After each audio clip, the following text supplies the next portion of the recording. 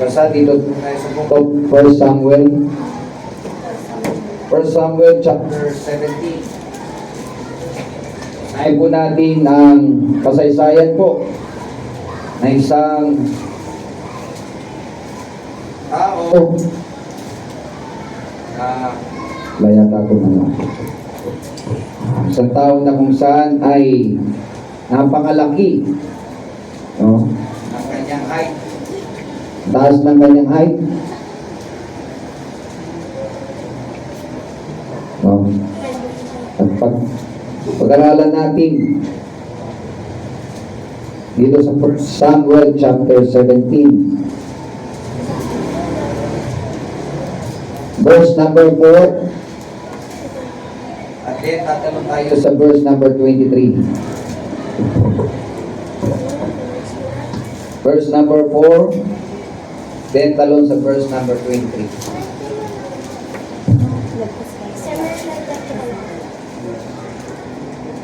Siguro mas maganda, basahin na rin natin ang chapter para makakuha natin yung sense, no? Pero yung key verse, nandiyan po sa verse number 4 at verse number 23. Yung essence para makita natin yung maganda nito, yung sarili natin, ilagay natin doon sa pangyayari. No? Ilagay natin yung sarili natin doon sa pangyayari para makuha natin, makatch up natin yung mensahe na ipinaparating ng salita ng Diyos. Okay? Dito tayo sa 1 Samuel chapter 17.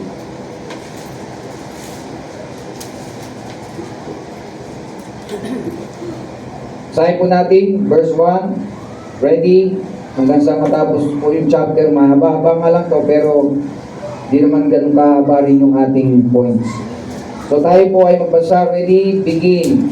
Now the Philistines gathered together their armies to battle, and were gathered together to Shoko, which belongeth to Judah, and pitched between Shoko and Azekah in Ephes-dammim. And Saul and the men of Israel were gathered together and pitched by the valley of Elah, and set the battle in array against the Philistines.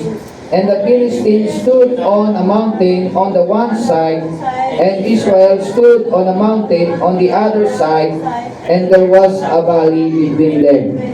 And there went out a champion out of the camp of the Philistines, named Goliath of Gath, whose height was 6 cubits and a span.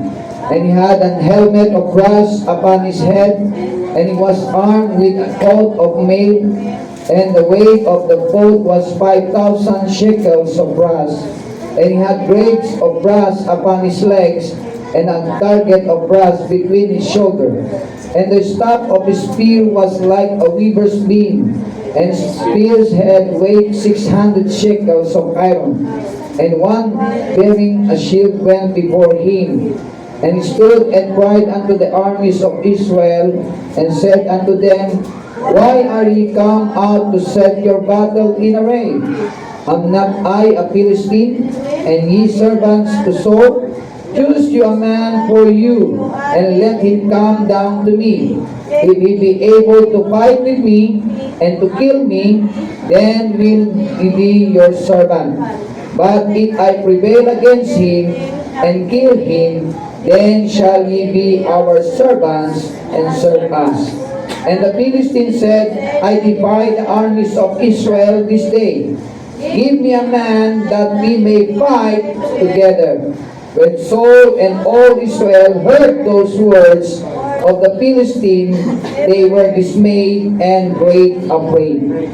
Now David was the son of the Ephrathite of Bethlehem, Judah, whose name was Jesse, and he had 8 sons. And the man went among men for an old man in the days of Saul. And the 3 elder sons of Jesse went and followed Saul to the battle, and the names of his 3 sons that went to the battle were Eliab, the firstborn, next unto him Abinadab, and the third Shammah. And David was the youngest, and the 3 eldest followed Saul. But David went and returned from Saul to feed his father's sheep at Bethlehem. And the Philistine drew near morning and evening, and presented himself 40 days. And Jesse said unto David his son, Take now for thy brethren an ephah of this parched corn, and these 10 loaves, and run to the camp to thy brethren, and carry these 10 cheeses unto the captain of their 1,000, and look how thy brethren fare, and take their pledge. Now Saul and they and all the men of Israel were in the valley of Elah, fighting with the Philistines. And David rose up early in the morning and left the sheep with a keeper, and took and went as Jesse had commanded him. And he came to the trench as the host was going forth to the fight, and shouted for the battle. For Israel and the Philistines had put the battle in array, army against army. And David left his carriage in the hand of the keeper of the carriage, and ran into the army, and came and saluted his brethren. And as he talked with them, behold, there came up the champion, the Philistine of God, Goliath by name, out of the armies of the Philistines, and spake according to the same words, and David heard them. And all the men of Israel, when they saw the man, fled from him, and were sore afraid. And the men of Israel said, Have ye seen this man that is come up? Surely to defy Israel is he come up. And it shall be that the man who killed him, the king will enrich him with great riches, and will give him his daughter, and make his father's house free in Israel. And David spake to the man that stood by him, saying, What shall be done to the man that killeth this Philistine, and taketh away the reproach from Israel? For who is this uncircumcised Philistine that he should defy the armies of the living God? And the people answered him after this manner, saying, So shall it be done to the man that killed him. And Eliab his elder brother heard when he spake unto that man, and Eliab's anger was kindled against David. And he said, Why camest thou hither? And with whom hast thou left those few sheep in the wilderness? I know thy pride and the naughtiness of thine heart, for thou art come down that thou mightest see the battle. And David said, What have I now done? Is there not a cause? And he turned from him toward another, and spake after the same manner. And the people answered him again after the former manner. And when the words were heard which David spake, they heard them before Saul, and sent for him. And David said to Saul, Let no man's heart thy servant will go and fight with this Philistine. And Saul said to David, Thou art not able to go against this Philistine to fight with him, for thou art but a youth, and he a man of war from his youth. And David said unto Saul, Thy servant kept his father's sheep, and there came a lion and a bear, and took a lamb out of the flock. And I went out after him, and smote him, and delivered it out of his mouth. And when he arose against me, I caught him by his beard, and smote him, and slew him. Thy servant slew both the lion and the bear, and his uncircumcised Philistine shall be as one of them, seeing he that fight the armies of the living God. David said, Moreover, the Lord that delivered me out of the paw of the lion, and out of the paw of the bear, he will deliver me out of the hand of the Philistine. And Saul said unto David, Go, and the Lord be with thee. And Saul armed David with his armor, and he put an helmet of brass upon his head, Also he armed him with a coat of mail, and David girded his sword upon his armor, and he essayed to go, for he had not provoked it. And David said unto Saul, I cannot go with this, for I have not proved them. And David put them off him, and he took his staff in his hand, and chose him 5 smooth stones out of the brook, and put them in a shepherd's bag, which he had given in a strip, and his sling was in the hand, and he drew near to the Philistine. And the Philistine came on and drew near unto David, and the man that bare the shield went before him. And when the Philistine looked about and said, David, he disdained him, for he was but youth and ruddy and of fair countenance. And the Philistine said unto David, Am I a dog, that thou comest to me with the staves? And the Philistine cursed David by his gods. And the Philistine said to David, Come to me, and I will give thy flesh unto the fowls of the air, and to the beasts of the field. Then said David to the Philistine, Thou comest to me with a sword, and with a spear, and with a shield, but I come to thee in the name of the Lord of hosts, the God of the armies of Israel, whom thou hast defied. This day will the Lord deliver thee into mine hand, and I will smite thee, and take thine head from thee, and I will give thee the carcasses of the host of the Philistines this day, unto the fowls of the air, and to the wild beasts of the earth, that all the earth may know that there is a God in Israel. And all this assembly shall know that the Lord saveth not with sword and spear, for the battle is the Lord's, and he will give you into our hands.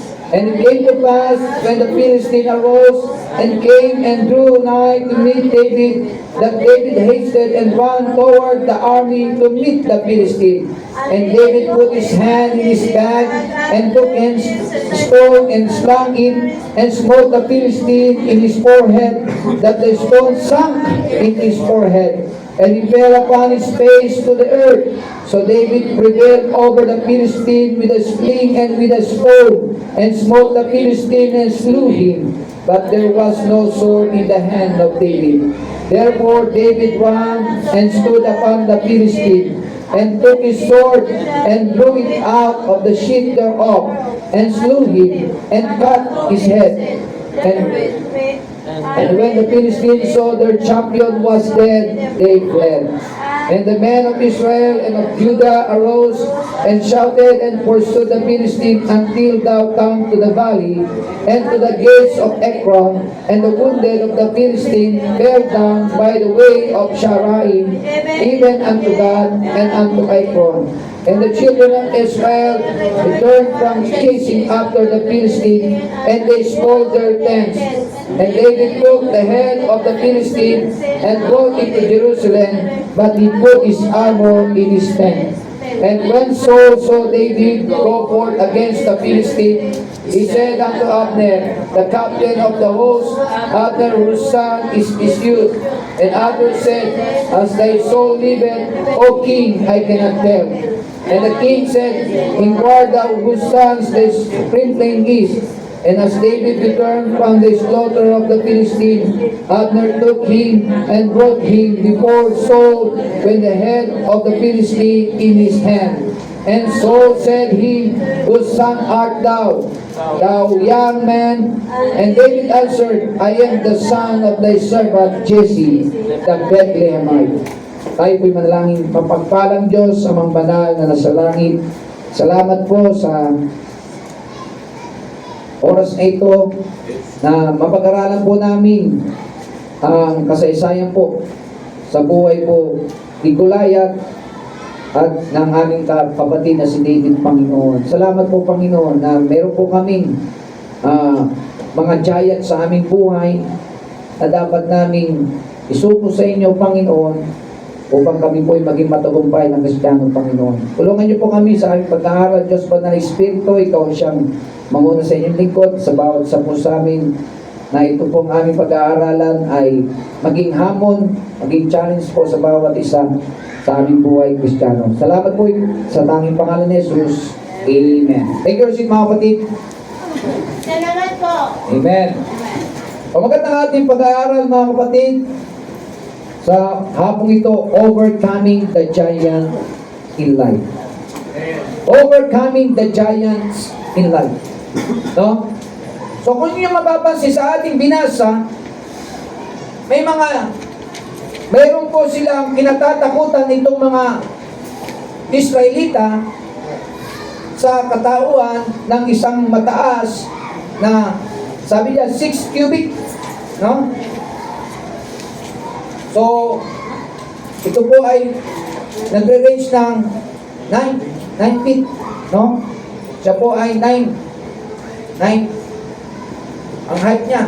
Ang pinakamataas sa NBA, alam ko, si Yao Ming, 7'6". Okay? Pero ito, mas mataas to. Kung ito isasali sa mga NBA, no? 9'9". So, yun po yung kanyang height, 9'9". No, gaano kaya kataas yun sa dito, no? Baka siguro kanyang kataas si Goliath. Si David, maliit lang na tao, no? Hindi naman nabanggit kung gaano siya kaliit. Pero sabi po, youth siya, young man, no? Pero mapapansin natin, yung mga Israelita ay takot na takot sa kanya. Alam niyo po ba yung mga natakot sa kanya? Ito po yung mga valiant men. Ano ba ibig sabihin ng valiant? Matatapang pero naging takot sila. Doon sa nakita nilang malaking tao na yun. No? Yung giganting tao na yun. So, pansinin natin dito. Sinabi dito, yung mga valiant men na yan, natakot siya. 1 Samuel chapter 17 verse number 11. No? Makita po ninyo dyan sa verse number 11. Sabi niya, no? When Saul and all Israel heard, no, na si King Saul ang pinakahari po ng Israel. Okay? Bilang hari at kasama niya po ang kanyang mga kalahi, all Israel, narinig po nila yung sinabi po ni Goliath na naghahamon itong si Goliath doon sa verse number 9, no? Sa verse number 8, verse number 9, no? Naghahamon na po siya. Sabi niya, and he stood and cried unto the armies of Israel and said unto them, why are ye come out of set? No? Set your battle in array. Am not I a Philistine? And ye servants to Saul? Choose you a man. Sabi po dito ni Goliath. Pumili kayo ng tao. Choose you a man for you, para sa inyo. And let him come down to me. No? At siya'y bumaba dito at harapin niya ako. No? Sabi po ni Goliath, sabi sa verse 8. And he, sabi niya, if he able to fight with me and to kill me, then will we be your servant. Kung ako'y mapapatay niya, matatalo niya, kami ay magiging alipin niya. No? So, ibig sabihin, naghahamon na po talaga si giant dito, si Goliath. Kaya napangalanan po siyang Goliath sa verse 4, no? At saka sa verse 23, yan yung ating text, yung key verse. And there went out a champion out of the camp of the Philistine named Goliath of God, whose height was 6 cubits and span. So yung 6 cubits and span, yan po ay 9'9", now 9-footer. Sa verse 23, sinabi rin po yung kanyang pangalan. And as he talked with them, behold, there came up the champion. Now, wala po nakakatalo sa kanya, undefeated po si Goliath. Bakit po? Kasi bukod sa malaking tao, malaki katawan, yung kanyang mga sandata talagang malalaki rin. No? Makikita niyo po, binanggit po yung gaano kabibigat yung kanyang sinusuot na army. No? Hindi kaya po ng ordinaryong tao lang. talagang siya po ay eksperyensado na rin po. Marami na rin po siyang nakalaban. At talagang wala pong nagwagi nang siya po ay kinalaban. No? So, ibig sabihin, undefeated po siya. Pero makikita natin dito, napakaganda, no? Ito ay dumarating po sa buhay ng Kristiyano, no? Merong fear. May mga giant din po sa buhay ng Kristiyano na tayo kinakatakutan. Ganun din po sila, mga kapatid, sabi dito, verse 11, when Saul and all Israel heard those words, no, yung paghahamon ni Goliath sa mga Israelita, no, nakita po natin dito sa verse number 11, when Saul and all Israel heard those words of the Philistines, they were dismayed and greatly afraid. Talagang nandun yung sobrang takot po nila. No? Siyempre, pag ikaw ay nadismaya, talagang wala nang lakas. Wala ka nang lakas para lumaban pa. Discouraged ka na eh. No? Ganun po sila. Itong mga valiant, makikita po natin, basahin po natin. These are the valiant men in 1 Samuel. Basahin po natin, chapter 14, verse 52. Sila po yung mga valiant men. No? Sila yung makikisig, matatapang na mga sundalo ng Israelita, pero sila po ay natakot, na-discourage, na-dismaya, at sila po ay nagkaroon ng pagkatakot po sa pagharap kay Goliath. No? 1 Samuel chapter 14 verse 52. Ano po ang sabi dito? Sino po yung mga valiant men na yan? 1 Samuel 14. Okay? Sabi dito sa 1 Samuel 14, no? Verse 52. So makita po natin sa verse 52, and there was sore war against the Philistines all the days of Saul. And when Saul saw any strong man or any valiant man, he took him unto him. Alam niyo po ito si mga valiant man ito, isa na po dito sila Eliab, si Abner, yung mga binanggit po dito sa verse na ating binasa, no? Si Abinadab, no? Abinadab, yan po, isa sa mga Eliab, yan po yung mga talagang valiant men, ano po yan, no? Pero sila po ay naging natakot po sa pagharap kay Goliath. Sila po yung tinatawag na valiant men dyan, no? Alam niyo po ba ito sila Abner, saka sila Abinadab, na binanggit po dito sa verse, ito po, Abinadab sa verse number 13, si Eliab, no? Mga ito po ay talagang eksperyensado sa pagkikipaglaban. Matatapang po sila, kaya tinawag silang valiant men. Pero, nang nakita nila si Goliath, natakot sila. Nagkaroon ng great afraid. Sabi sa verse number 11. Okay? So, makita natin, meron pa, dito po, no, sa verse number 24, and all the men of Israel, when they saw the man, fled from him, and were so afraid. Sabi sa verse 24 ng chapter 17. So, makita po natin, overcoming the giant in life, there are some of the giant in life sa Christian natin, sa buhay Christian natin, na tayo po ay mayroong mga giant po na dapat natin ma-overcome. No? May mga giant din po sa buhay natin na dapat natin katakutan, na dapat natin ma-overcome. No? Sila rin po, meron po silang giant sa kanilang buhay na dapat nilang ma-overcome. Isa po sa mga dapat natin ma-overcome yung takot. Katulad po nila. No? Natakot sila harapin yung 9-footer, no? 6 cubic and span. Dahil napakalaki. So, ang ginawa nila, sa tingin nila, hindi nila kaya, pero may isang tao na sa katawan ni David, hindi po siya tumitingin sa physical. Minsan tayo po, tumitingin tayo sa physical eh. Kaya natatakot tayo. Halimbawa, pag nagbigay tayo ng drugs sa tao, nahiya ako ditong magbigay ng drugs dahil kasi para siyang bonus. O parang baka mapahiya lang ako pag ako nagbigay. Nangyayari po minsan yan, no? Meron tayong takot. Pero si David, hindi po siya natakot. Nang hinarap po niya, no? Nang hinarap po ng ating kapatid sa Panginoon, si David, hindi po siya natakot kay Goliath. Malakas ang loob ni David. Ayaw pa nga ni King Saul na siya ay lumaban kasi siya po ay youth pa lang, bata pa lang. No? At pinasusunod pa nga siya ng mga pang-army pero hindi siya doon. Ayaw niyang isuot yun kasi hindi siya sanay doon.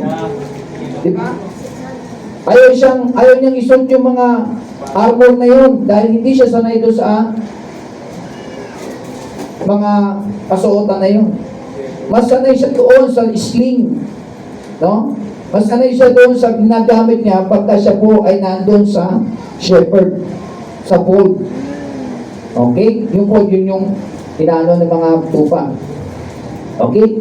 So makita po natin dito sa verse number 1, sa verse number 14, and David was the youngest and the 3 elders followed Saul. No? So si David, saka yung kanyang tatlong kapatid, sinundan po itong hari sa verse number 14. But David went and returned from Saul to feed his father's sheep at Bethlehem. So makita natin, pero ito po si David, pumunta doon sa Bethlehem para pakainin po yung mga tupa nila. No? And the Philistine drew near morning and evening and presented himself 40 days. No? Ilang araw na po nagpresent po si Goliath. No? And Jesse said unto them, David, his son, take now for thy brethren and Ephna of these parts, corn and these 10 loaves, and run to the camp to thy brethren, and carry these things. Yung mga pinapadala ng kanya pong tatay, dito sa verse number 17-18, no?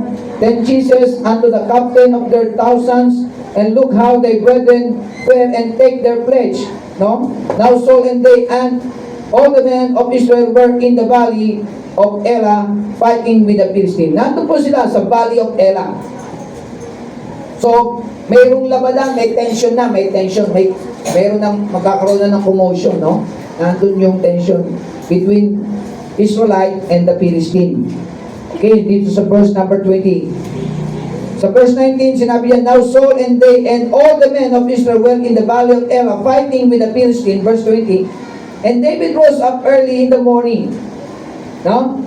So, maga-maga, gumising kagad si David and left the sheep with the keeper and went as Jesse had commanded him, and he came to the trench as the host was going forth to the fight and shouted for the battle. So, maga-maga, yung mga ipinagutos ng kanyang tatay na si Jesse, sinunod niya at pumunta siya doon sa Valley of Elah. Okay? Sabi sa verse 21, for Israel and the Philistine had put the battle in array, army against army. So, may army yung mga Philistine, may army ang mga Israelita. So, nandun po sila, magkakaroon na ng tension, no? Labanan. So, verse 22, and David left his carriage in the hand of the keeper of the carriage and ran into the army and came and saluted his brethren. So, nandun, pumunta po siya sa mga kapatid niya. Kasi 8 po silang magkakapatid, di ba? So siya po ay nandun. And as he talked with them, behold, there came up the champion, the Philistine of God, Goliath, by name, out of the armies of the Philistines, and spake according to them the same words, and David heard them. So narinig po ni David yung sinabi ni Goliath. Okay? And all the men of Israel, when they saw the man, fled from him and were sore afraid. So lahat ng mga tao doon sa Israelita nangatakot sa sinabi ni Goliath. And the men of Israel said, have you seen this man that this come up? Surely to defy Israel is to come up, and it shall be done. The man who killed him, and the king enriched with him greatly riches, and give him his daughter, and make his father's house free in his own. So David spake to the man by stood, and saying, what shall be done to the man that killed this Philistine? And take it away the reproach from Israel. For who is the circumcised Philistine that he should defy the armies of the living God? Pero ang ganda po dito, sa bandang uli, makikita nyo, and David So, sabi po dito sa verse 29, said, what have I done? Now, done. Is there not a cause? No? Minsan po, marami pong nagdadaylan sa Israelita, mayroon silang dinadaylan. No? So, makikita natin, anong dahilan para hindi lumaban? So makita natin, and he turned from him to toward another and spake after the same manner, and the people answered him again after the former. And when the words were heard, which David spake, they rehearsed them before Saul, and he sent for him. So ito na po yung nangyari po. Kinikwento na po kung ano yung bakit po siya lalaban. Dahil siya po ay shepherd, nagbabantay sa mga tupa. May time na kung saan yung kanyang binabantay na tupa ay gustong kainin ng leon at gustong kainin ng bear. Sa verse 32 down to verse 36. And David said, Saul, let no man's heart fail, because of thy servant will go and fight with this spirit. So makita natin yung ginawa ni David. Hindi po siya duwag. Sa buhay ng Kristiyano, minsan tayo duwag. Para tayo yung mga kalahi po ni David. No? Tinawagan pa man, tinuri pa man din silang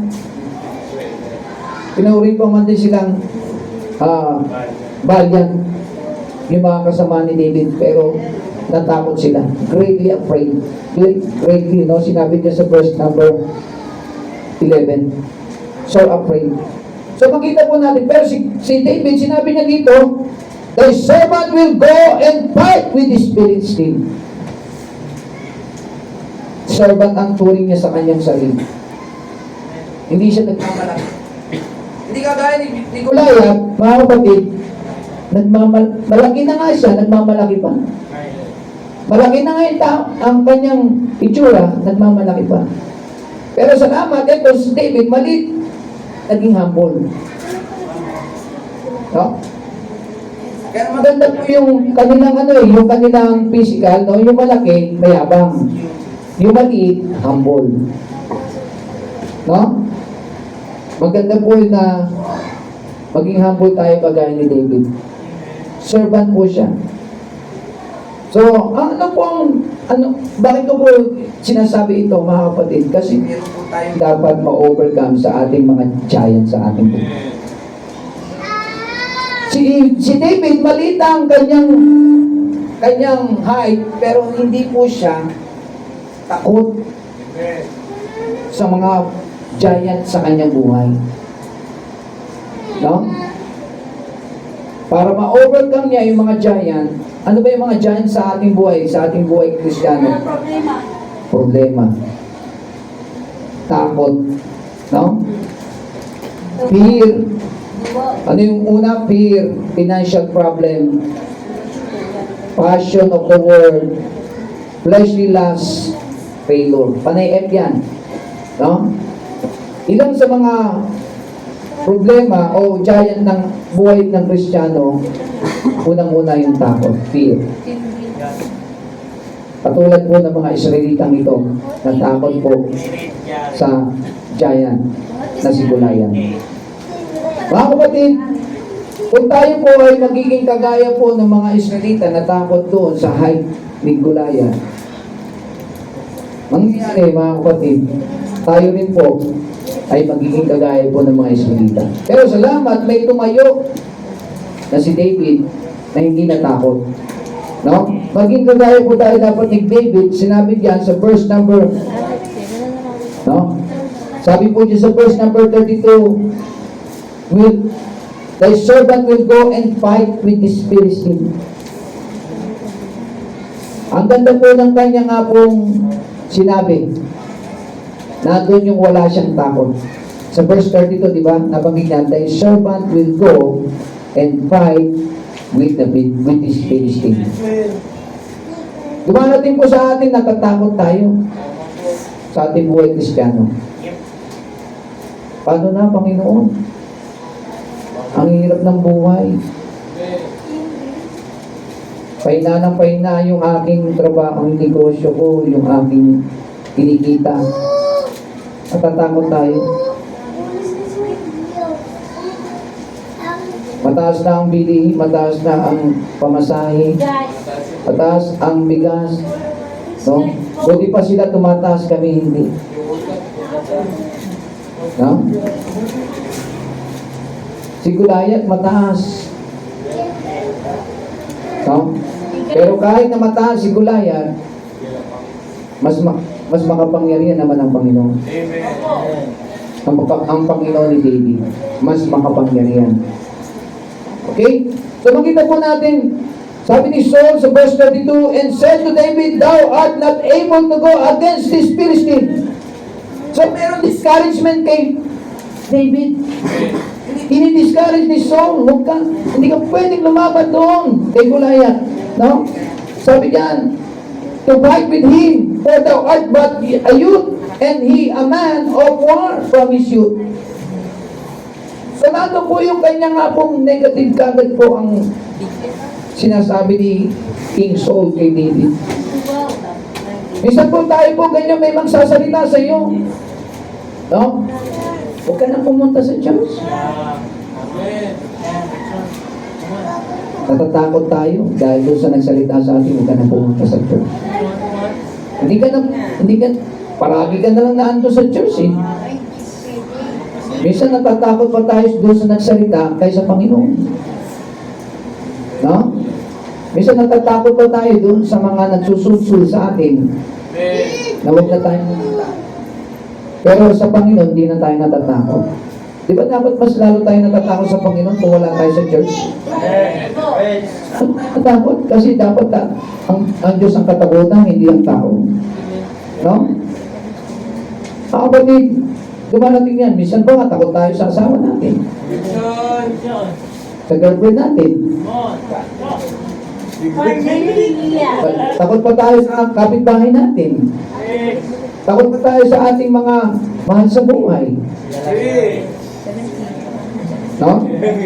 So makita natin dapat itong fear, hindi tayo lamunin ng fear. Minsan nilalamon tayo ng fear eh. Ganun po yung mga Israelita. Pero salamat, may tumayo na isa. At maganda nito, ikaw at ako ay tumayo na kagaya niya. Si David ay tumayo. Sabi niya, I will fight. Sabi sa verse number 20. Sa verse number, makita niyo, verse 32, will go and fight with this Philistine. Sabi pa ni David, thy servants slew both the lion and the bear, and this uncircumcised. Itong hindi tuli. No? Itong Philistine na to, na malaki pero hindi tuli. No? Shall be as one of them, seeing he had defied the armies of the living God. Hindi niya tayo matatalo. Hindi kanya matatalo. Mga kapatid, the armies of the living God. Yung kalaban po ni Goliath, armies of the living God. Paano matatalo po yun, armies of the living God? Kung ikaw ay nasa side ng Panginoon, matatalo ka ba? Hindi. So, bakit tayo matatakot? Ikaw ay nasa Panginoon, matatalo ka ba? Hindi. Si David, hindi siya natakot eh. Dahil alam niya, nasa Panginoon siya. Alam niya, nasa side siya ng Panginoon. Kasama niya ang Panginoon. No? Sa kanyang buhay. Kaya nakakalungkot po sa mga Kristiyano para walang Panginoon. Nangyayari po, nagkakaroon ng takot. Pero salamat, mayroong kagaya ni David, sabi dito sa verse number 38. David said, moreover, the Lord that delivered me out of the paw of the lion, and out of the paw of the bear, He will deliver me out of the hand of the Philistine. Sasagip siya ang magsasagip sa akin para matalo itong si Goliath. No? Sabi niya, no? He will deliver me out of the hand of the Philistine. Kaya minsan po mga kapatid, yung takot, yan nagdadala sa atin para hindi natin ma-overcome. No? Nagkakaroon tayo ng faith, nagkakaroon tayo ng giant sa ating buhay, hindi natin ma-overcome ang fear. Dahil kasi, takot tayo. Huwag po tayo maging kagaya po ng mga Israelita na takot. So, makita natin, overcoming the giants in life, here are some of the giants in life to overcome. Fear. No? Pangalawang F, financial problem. Financial problem. Dumarating po sa buhay ng Kristiyano. Ako, ang taas na ng bigas. Bibili na naman kami. Dati, yung muli kong pabili, 1,350 ang bigas, isang sako. Yung muli kong narinig, 1,450, tumaas ng 100. Yung gasol, uli ko narinig, aabot ng 1,700 to 1,800. 1,640, karachit. Oh, buti bumaba ngayon. Kasi nga, bumaba ng 10 pesos ang diesel, ang gasolina. Okay? Sa gasolina, piso, pero piso or 150, pero sa diesel, 10 pesos. So, merong changes naman. So, makita natin, no, ano nangyayari? Yung financial problem, minsan naapektuhan yung ating mga pangangailangan. Imbis na tayo po ay nakakabili ng marami, dahil tumataas ang bilihin. Pero salamat, nandiyan ang Panginoon. No? Financial problem na o-overcome natin dahil sa Panginoon. Hindi lang po financial problem. Passion of the word. No? Yung, di ba sabi ng John 1 chapter 2 verse 15, love not the world, neither the things that are in the world. If any man love the world, the love of the Father is not in him. No? Romans chapter 2 verse number 2, now be not conformed to this world, but be transformed by the renewing of your mind. So, nando po minsan ang Kristyano, nando na sa passion of the word. Dumarating po yan, no? Na nakikiayon na sa takbo ng sanlibutan. May mga Kristyano, pag mananamit, pag sa church, okay, pero pag nasa labas na, hindi na okay ang pananamit. Passion of the word. No? Marami po yan. Kaya kailangan po maging aware po tayo, mga kapatid, sa ating pananamit. Babae man, lalaki, maging modest apparel po tayo. Amen. Passion of the word. No? Maging aware tayo kasi minsan po may mga nananamit. Napakaiksi ng mga damit. Oo, napakaiksi. Kung manamit, kulang na lang po. Wala nang damit. Minsan wala na. No? Minsan po wala na, parang kulang na lang po. Sinasabi na, nagkulang sa tela. Nagkulang. So makita po natin, not only passion of the world, fleshly lust. Panain. Fleshly lust. No? Kita ng laman. Ay ko eagle. Fleshly. F-L-E-S. Limang F na eh. Oh, 5 F yan. Fleshly lust. Yung mga laman. No? Yung mga kita ng laman. Dumarating po yan. Yung kita ng laman. Katulad po, no? Pagka believer ka na, huwag ka nang makipamatok pa sa unbeliever. Amen. Pag believer ang ipag-pray mo. Amen. No? Minsan po yung mayroon ng asawa, nakiki-asawa pa. Richard. Mahirap din yan. Adultery, fornication, no?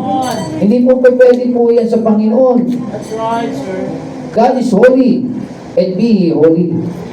So, nais ng Panginoon, ito po yung mga giant po sa ating buhay na dapat natin ma-overcome. Marami pong nangyayari po sa ating katawan. Kailangan po natin ito ingatan. Amen. Our body is the temple of the Holy Ghost. Ye are not your own. Amen. Ang iyong katawan ay hindi yan sa iyo. Hindi mo yung pag-aari, pinagkatiwala lang sa iyong katawan na yan. Amen. Kaya manamit tayo ng maayos. Huwag tayong makipamatok sa hindi mananampalataya. Huwag tayong gumawa ng adultery, huwag tayong mag-fornicate, no? Masama po yan sa harapan ng Panginoon. Kasalanan po yan, mga kapatid. At panglimang F, failure. Kabiguan. No? Kala ni Goliath, bigo na si David ang mga Israelita. Pero ang nangyari po, hindi po sila nabigo. Dumarating po, kaya tayo po ay hindi nakaka-overcome sa ating mga dyan kasi at isip na kagad natin, ay bigo ako. Lalo na sa pag-ibig.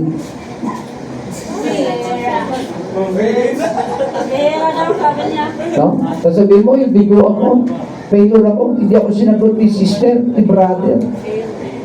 Failure. No? Nagkaroon ng kabiguan. Sabi na sa birthday. Hindi ka na magpapatuloy sa Panginoon kasi nabigo ka. No? Pero si David, hindi siya nabigo. Amen. Nagpatuloy siya para gawin ang kalooban ng Panginoon. So makita po natin mga kapatid, minsan po yung kabiguan, yan po ang naging dahilan kung bakit po tayo, no, hindi natin ma-overcome yung mga giant. Yung kabiguan, failure. Bagsak ako.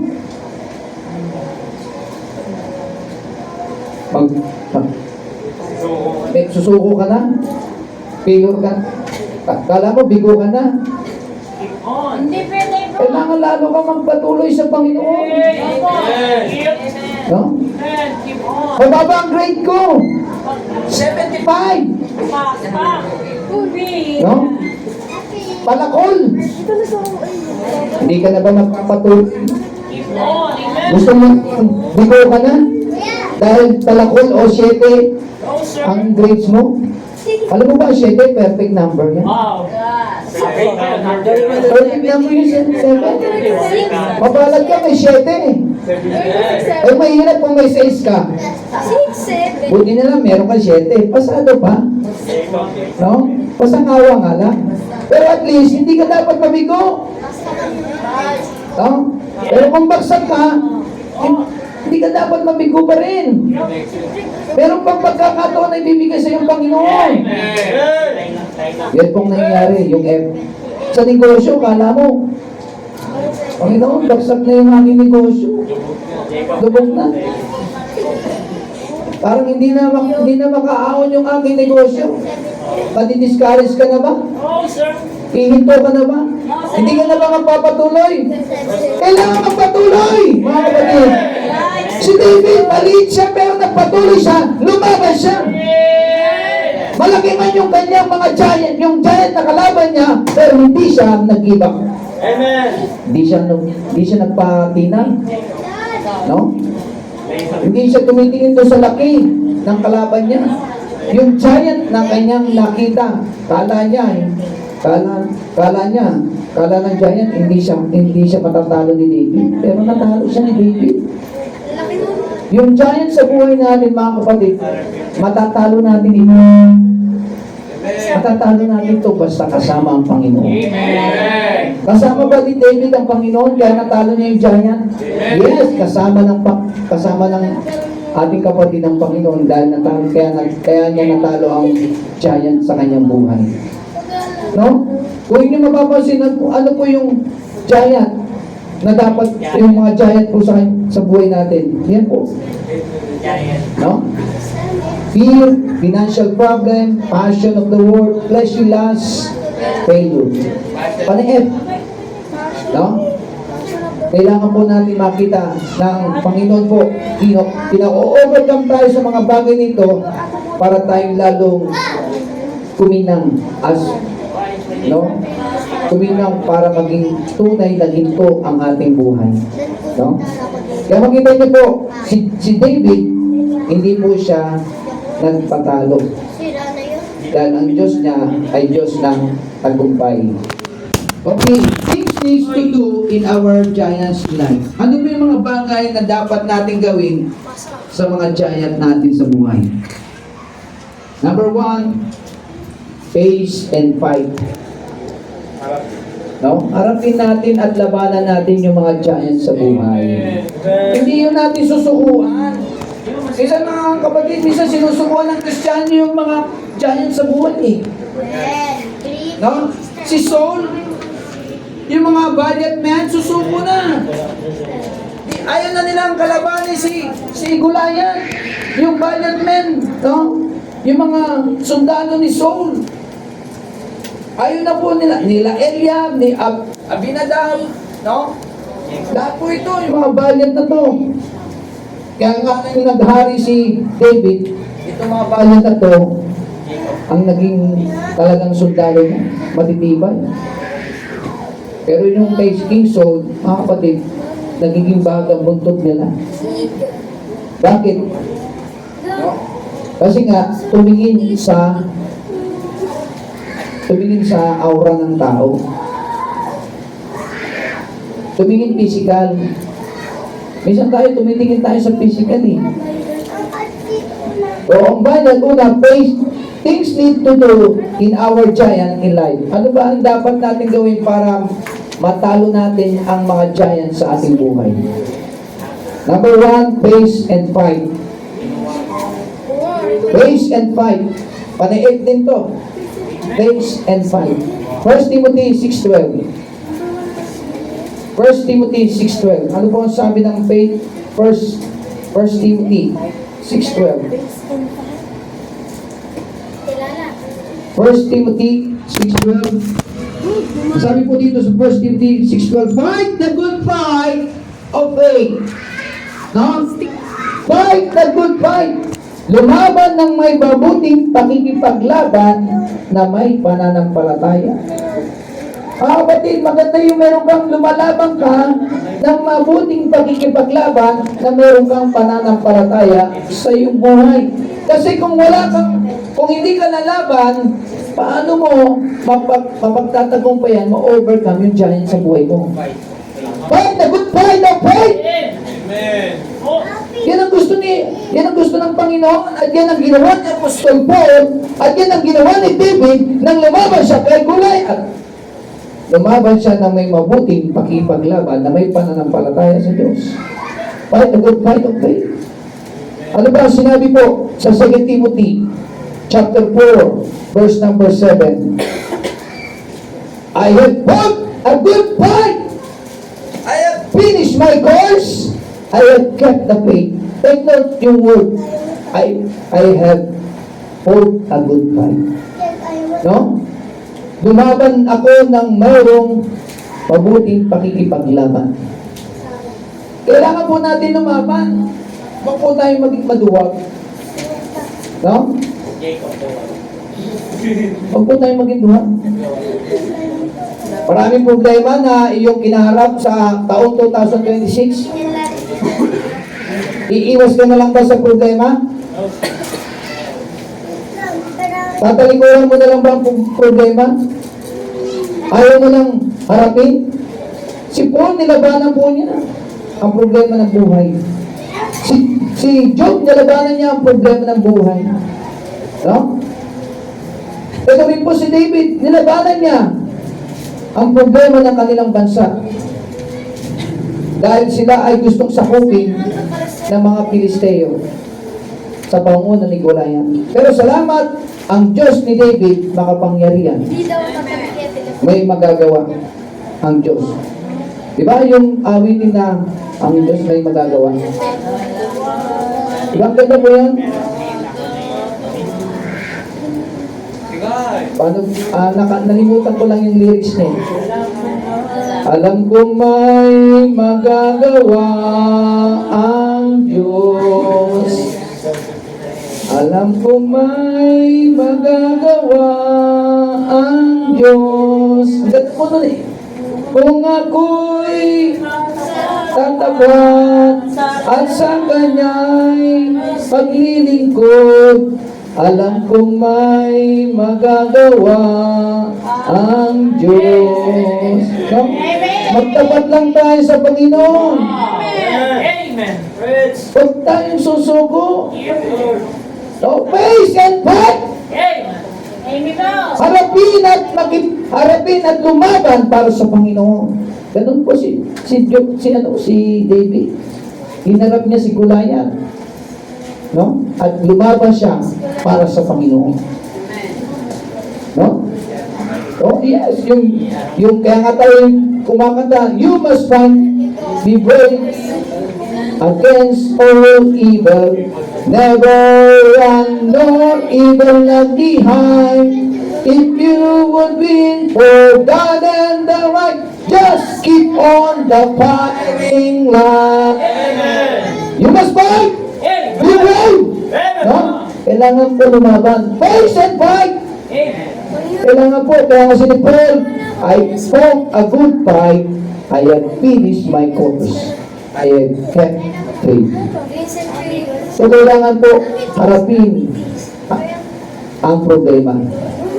To overcome the giants in our life, you must face and fight for it.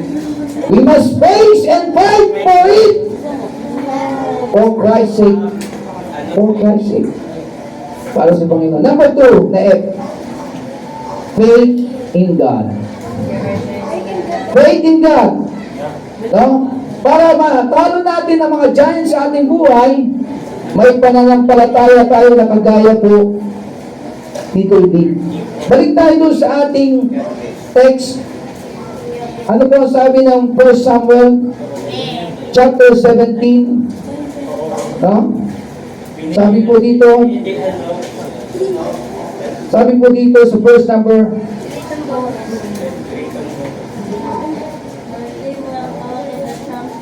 Sabi po dito sa verse number 38 and 39, and David girded his sword upon his armor and essayed to go, for he had not proved it. And David said unto Saul, I cannot go with this, for I have not proved them. And David put them in. And he took his staff, inalis niya po yung mga staff na binigay ni Saul, the King Saul, in his hand, and chose him 5 small stone out of the brook. No, ito yung 5 bato na yung 4, tinabi niya doon sa bag niya, no? At yung isa ang ginamit niya, isa pa lang yung ginamit niya. Okay, and put them in a shepherd's bag, nilagay niya doon sa bag, which he had given in a scrip, and his sling was in his hand, and he drew near to the Philistine. And the Philistine came on the drew near unto David, and the man that bare the shield went before him.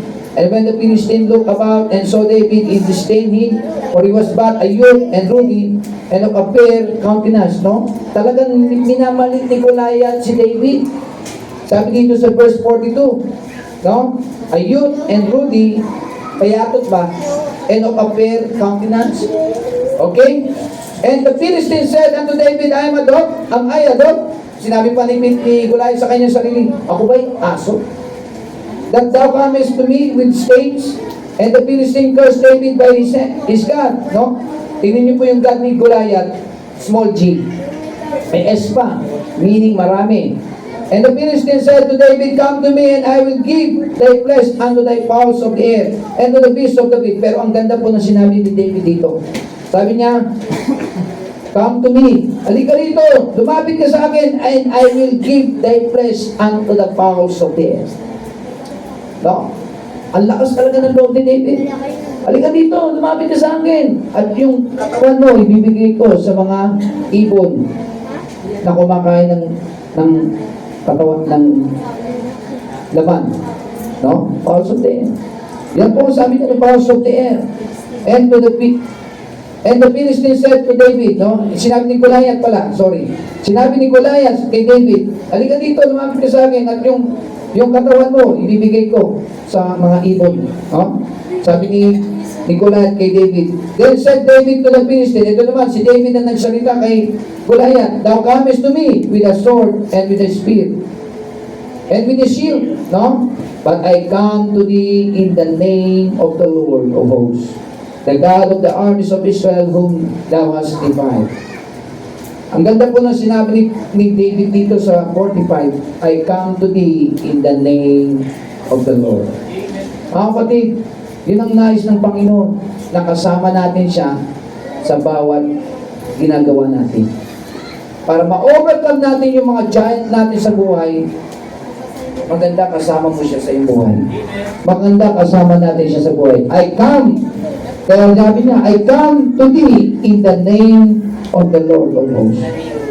Ano ba sinabi niya sa verse 46? This day will the Lord deliver thee into mine hand, and I will smite thee and take thine hand from thee, and I will give the carcasses of the house of the Philistine this day unto the fowls of the air and to the wild beasts of the earth, that all the earth may know that there is God in Israel. Amen? So makita po natin mga kapatid, meron siyang faith in God. No? Meron siyang pananampalataya sa kanyang Diyos. Iba yung Diyos ni Goliath. Kung inyo mapapansin sa verse 42, binanggit po yung Diyos ni Goliath. Small g. God's may S. Pero yung God naman ni David, capital G. Tingnan nyo sa verse number 46. Sabi ka, no? There is a God in Israel. No? Yung God mo, iba sa God ng mga unbeliever. No, mga kumakalaban sa iyo, iba yung God nila sa God natin. Iba yung God ni David sa God ni Goliath. Makapangyarihan yung Diyos ni David sa Diyos ni Goliath. Kaya makikita niyo po magkaiba ang kanilang nga pong source ng power. No? Yung kanilang pinanggagalingan ng kanilang lakas. Magkaiba. Mas makapangyarihan ang Diyos ni David. And all his assembly shall know that the Lord saved not with the sword and spear, for the battle is the Lord's, and He will give you into your hands, in our hands. So, ito po ay the battle is the Lord's. Ang laban na ito ay laban ng Panginoong Diyos. Hindi laban ni David, laban ng Panginoong Diyos. So, ginamit lang po si David. Kaya sabi diyan, for the battle is the Lord, and He will give you into your hands. Kaya mga kapatid, sa ating buhay Kristiyano, para ma-overcome natin yung mga giants sa atin, kasama natin ang Panginoon, at ang laban na yun ay hindi natin laban ng Panginoon. Bawat ano natin sa buhay, no? Pagkakala natin sa Kanya. Fight! Ano? Una, number 1, face and fight. Number 2, faith in God. May pananampalataya si David sa Diyos niya. No? Usan natin ang Mark 11:22. Mark 11:22. Balikan natin ang first sample mamaya. Dito muna tayo sa Mark 11:22. Faith in God. Ano po ang sabi ng Bible sa Mark 11:22? Mark 11:22. And Jesus answering said unto them, have faith in God. Amen? Diba? So, ito po yung tinuro ng Panginoon sa Kristo sa kanyang mga disipulo about faith and prayer. Have faith in God. So, nung nagtuturo ang Panginoon sa kanyang mga disipulo, sinabi niya, have faith in God. No? So, makita po natin, magkaroon sila ng pananampalataya. Diba? Nakatulad ng centurion. Alam niyo yung nangyari doon sa alipin o servant ng centurion, pinagaling ng Panginoon dahil lang sa sinabi niya, sa isang salita mo lang ay gagaling na ang alipin ko. At gumaling sa mga oras na yun. So, ibig sabihin mga kapatid, may pananampalataya siya sa Diyos niya. At ganoon din po si David, may pananampalataya siya sa Diyos niya. Ang Diyos ni David ay hindi Diyos ni Goliath. Ang Diyos ni Goliath ay hindi Diyos ni David. Amen? So, faith in God. Point number 2. Letter F, palagi. Faith in God. Faith and fight. Number 2, faith in God. Number 3, things need to do in our giant's life. No? Fix heart for God. Fix, nakapix. Yung puso natin, fix heart for God. Yung puso mo, nakatuon lang sa Diyos. No? Doon lang talaga sa Panginoon yung puso natin dapat. No? Hindi kung kani-kaninong nakatuon yung puso mo. Sa Diyos lamang nga, nakapix na yan. No? Ang sentro ng puso natin dapat sa Panginoon. Dapat ang sentro ng puso mo ang Panginoon.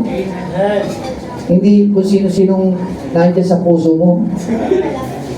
No? Baka mamaya yung puso na yan, kung sino-sino na yan, No? Wala na yung puso mo para sa Panginoon, nahahati na. At mangyayari yan, mawawala na yung focus mo sa Panginoon. Baka doon na sa ibang bagay o sa ibang tao. Okay, fix heart for God. Hoy, Fix heart for God. No? Yung kailangan nakafix na yung puso natin sa Diyos. Ano po sabi ng Psalms 57 verse 7? Psalm 57 verse 7. Kaya si David, mga kapatid, ang puso niya nakafix na sa Diyos. No? Kaya sabi po ng Bible, siya po ay ang laban ay laban ng kanyang Panginoon. Okay? Psalms 57 verse 7. Psalm 57 verse 7. My heart is fixed, O God, my heart is fixed. I will sing and give praise. Okay, oh, di ba ang puso ni Haring David ay fixed na sa Diyos. My heart is fixed, I will sing and give praise. No? Makita po natin ang buhay, ang puso ni Haring David nakafix sa Diyos. Tanungin kita, nakafix ba ang puso mo sa Diyos? Nakafix ba ang puso natin sa Diyos o nakafix sa mga bagay na nandito sa sanlibutan? Mahirap po pagka ang puso natin nakafix na dito sa mga bagay na nasa sanlibutan. Hindi na sa Panginoon. No? Inaagaw na ng sanlibutan ang puso mo sa Diyos. Mahirap po yan pag inagaw ng sanlibutan ang puso mo sa Diyos. Hindi na nakafix yung puso mo sa Diyos. Delikado. Baka mamaya inaagaw na ng ibang tao ang puso mo sa Diyos. No? Na dating ang puso mo, tuwing linggo, excited ka. Linggo, yes! Linggo, pupunta ako sa church. Ang puso mo dahil sa Panginoon. Love na love ko ang Panginoon. Hello? Amen.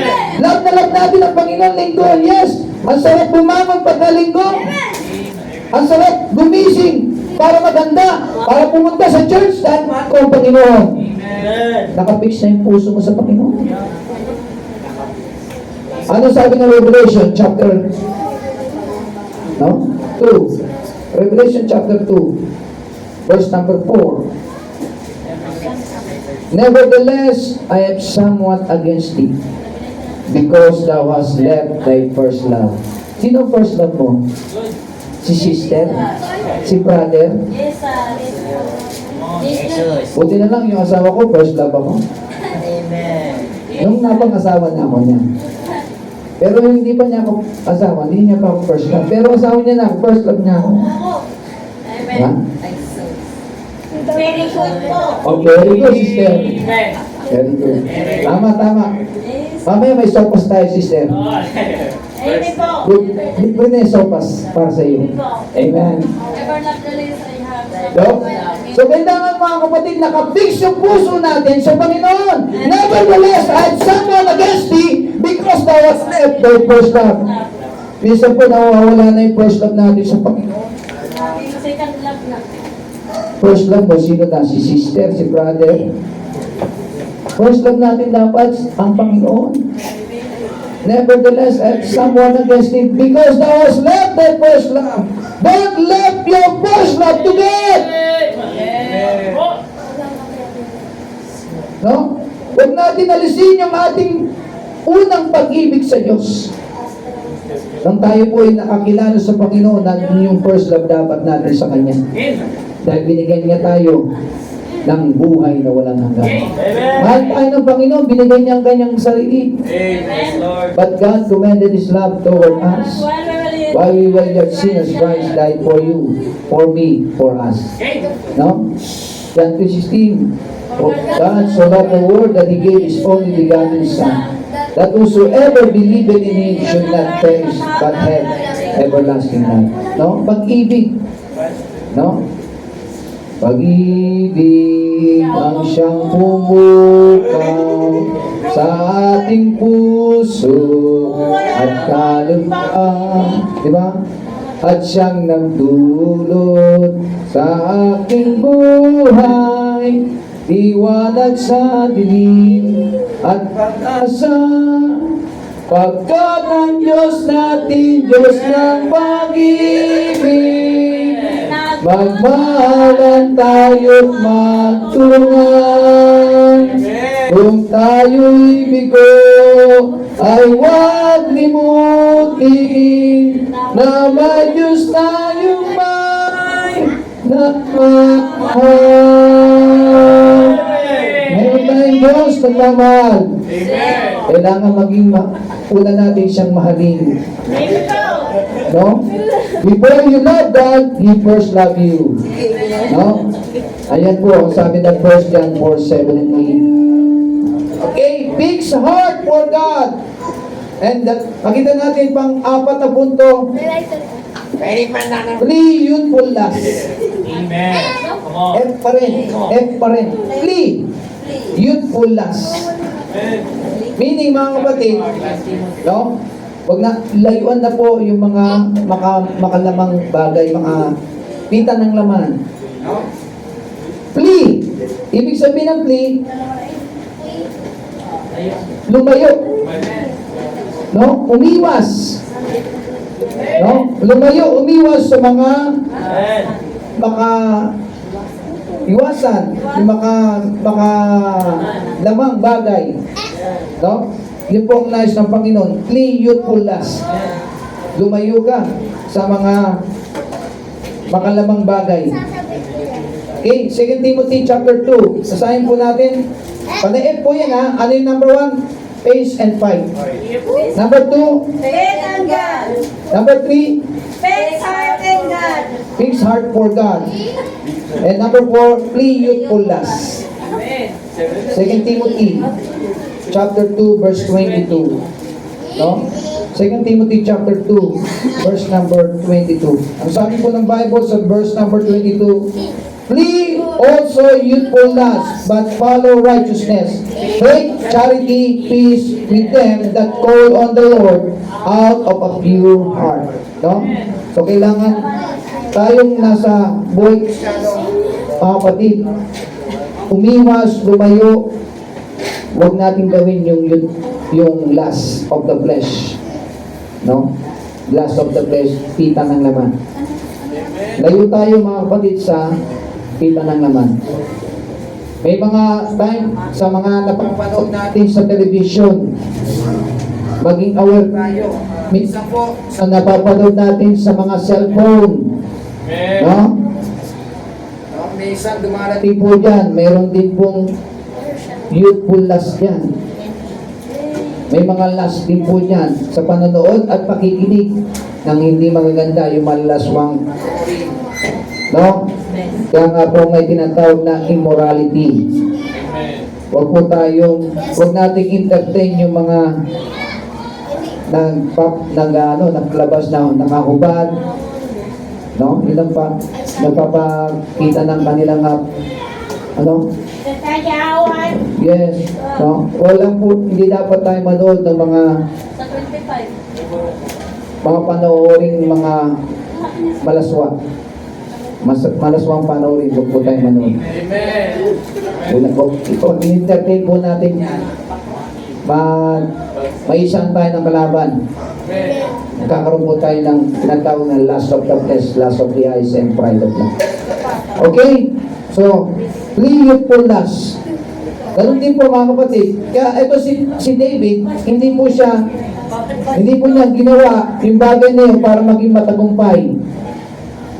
No? Dahil naging focus niya, yung F, focus siya sa Panginoon. Focus ang kapatid natin si David, kaya hindi siya nagkaroon ng youthful lust. No? At nagkaroon na siya ng pananagumpay. Sa bandang huli, anong ginawa ni David? Natalo niya si Goliath dahil sa kanyang sling. No? Nung siya po ay natalo, anong ginawa ni Goliath? Yung espada ni Goliath, yun ang pinutol sa kanyang ulo. At dinala niya po itong sa kanyang bayan sa Israel. Okay? So number 5, dito na po tayo sa panghuli. Letter F, fervent prayer. No? Para ma-overcome natin, no, yung mga giants sa ating buhay, kailangan natin ng faith and fight, faith in God, fixed heart for God, flee youthful lust, and finally, fervent prayer. Maningas na pananalangin. Masidhing pananalangin. Perfect. No? Fervent. No? Masidhing panalangin. No? Matinding panalangin. No? Yan po yung ibig sabihin ng fervent. Matinding panalangin, masidhing panalangin. No? Masigasig na pananalangin. Mamahala. James chapter 5 verse 16. Ano po ang sabi ng James 5:16? Confess your fault one to another and pray one for another. Amen? That ye may be healed. Ito na, the effectual fervent prayer of a righteous man availeth much. Diba? Pagka ikaw ay masidhi yung pananalangin mo, mainit kang mananalangin, no? Sasagutin ng Panginoon ng panalangin. Ayon sa kanyang kalooban. Okay? Kaya fervently prayer. No? Fervent prayer. No? Of a righteous man, a virtuous man. So, maabin mo yung iyong kahilingan sa Panginoon kasi fervent kang manalangin sa Panginoon. No? Masigasig, mainit, maalam na pananalangin mo sa Panginoon ay pagkakaloob niya ang lisan ng puso mo. Natin. Okay? So, ganun po si David. No?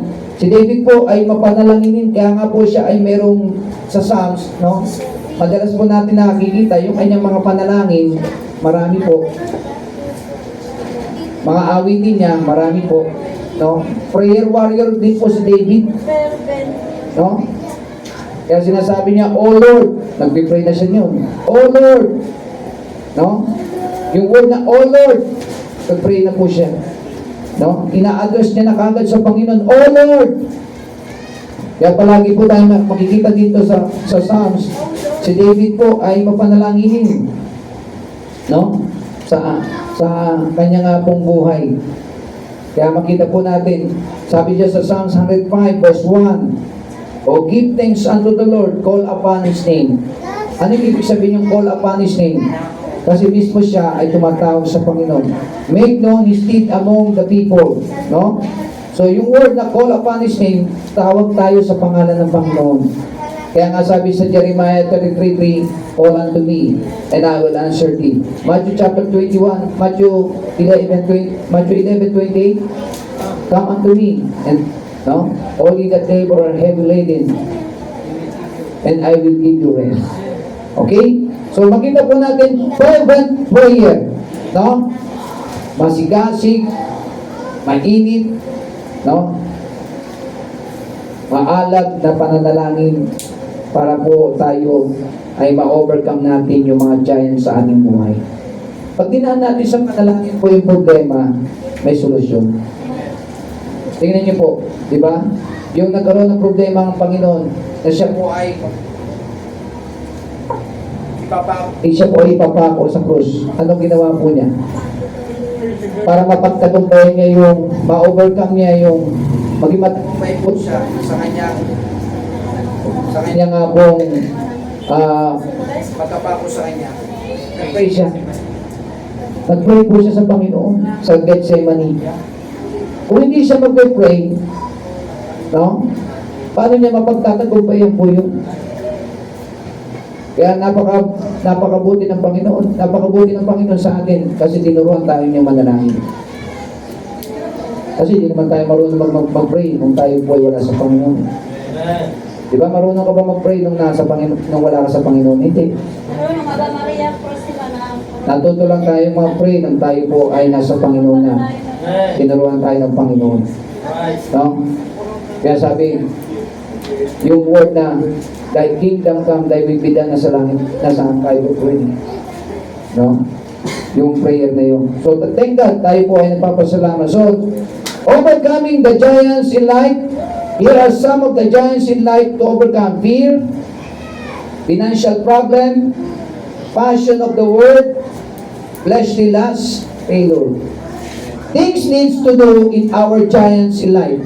Things need to do. No? Yung mga bagay na dapat natin gawin in our giants in life. Face and fight. 1 Timothy 6:12. Faith in God. Mark 11:22. Fix heart for God. Psalms 57 verse 7. Flee youthfulness. 2 Timothy 2:22. And the last, fervent prayer. James 5:16. So yan po yung ating napag-aralan panay F. Okay? So kailangan po maging F din tayo, maging faithful and true. Faithful and true. No? Tayo po ay tapat at maging totoo sa ating buhay. Okay, tayo po ay dyan magtapos mga kapatid. Let us pray. Panginoon sa langit, salamat po Panginoon na pinaalalahanan niyo po kami na kami po ay dapat maging fervently pray Panginoon. Kami rin po kailangan ay hindi na po sa mga youthfulness, hindi na po gagawa ng mga maksalanang bagay sa mga makalaman Panginoon, makamundo. Ganun din po Panginoon, yung kailangan din po fix heart namin sa iyo Panginoon.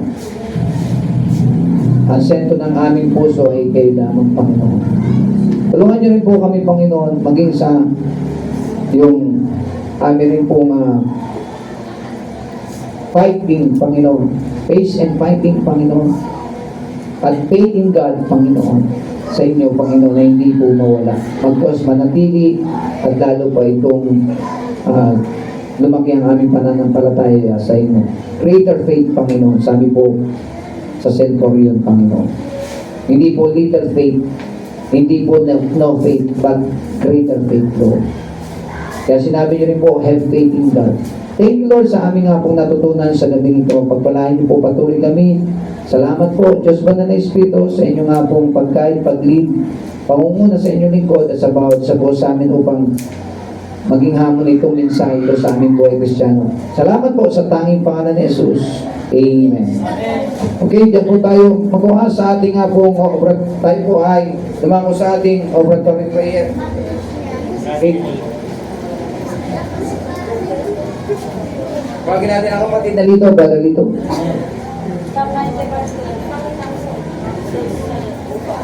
Amen. Purihin ng Panginoon sa gabing ito. Salamat sa Panginoon. No? Dito talaga makikita ang tunay na tapang bilang Kristiyano kung ikaw ay nagpapatuloy. Kung mayroon man mga problema, pagsubok at dumarating sa iyo, pero ikaw ay nagpapatuloy. Di tayo tumitingin doon.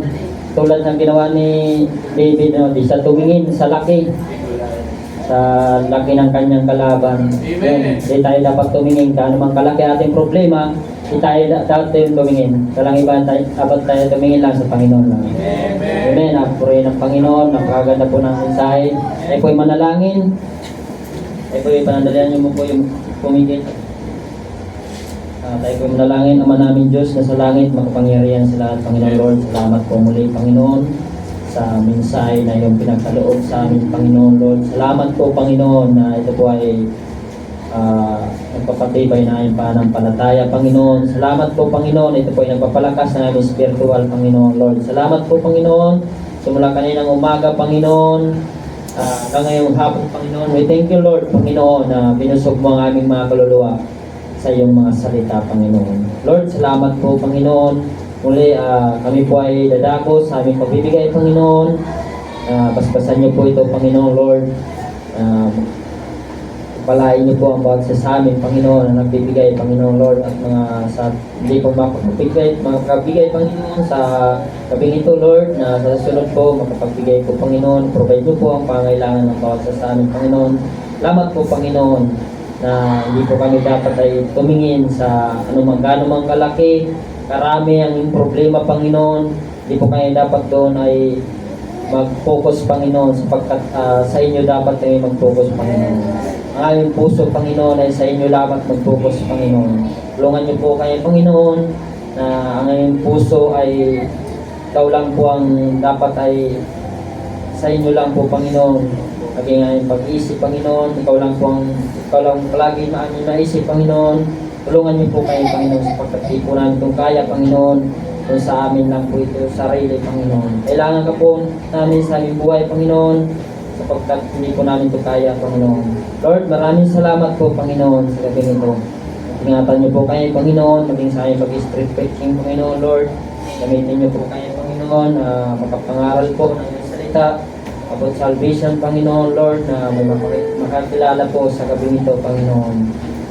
Gamitin niyo po kami, taluyan sa iyong mga salita, Panginoon. Magligtas na po sa araw na ito. At niyo po kami ng banal na tapang, Panginoon, na ipangaral ang iyong salita, Panginoon. Lord, maraming salamat po sa lahat. Patawad po sa iyong mga pagkukulang, sa iyong mga nagawang kasalanan, Panginoon. Patawad po sa iyong mga iniisip, mga salita, Panginoon. Maging sa aming mga gawa, Panginoon. Lord, salamat po sa lahat, Lord. Ito po ay panalangin sa tanging pangalan ni Jesus.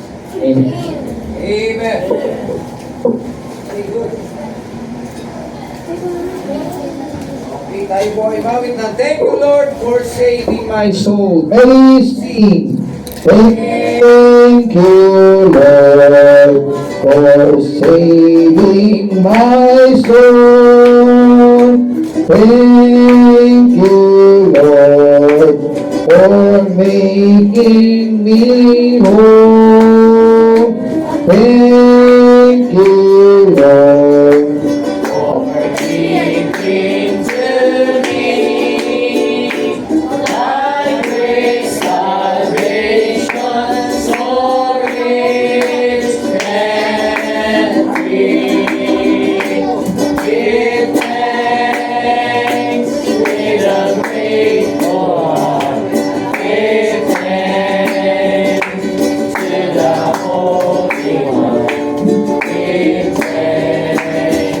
Because it's given, Jesus.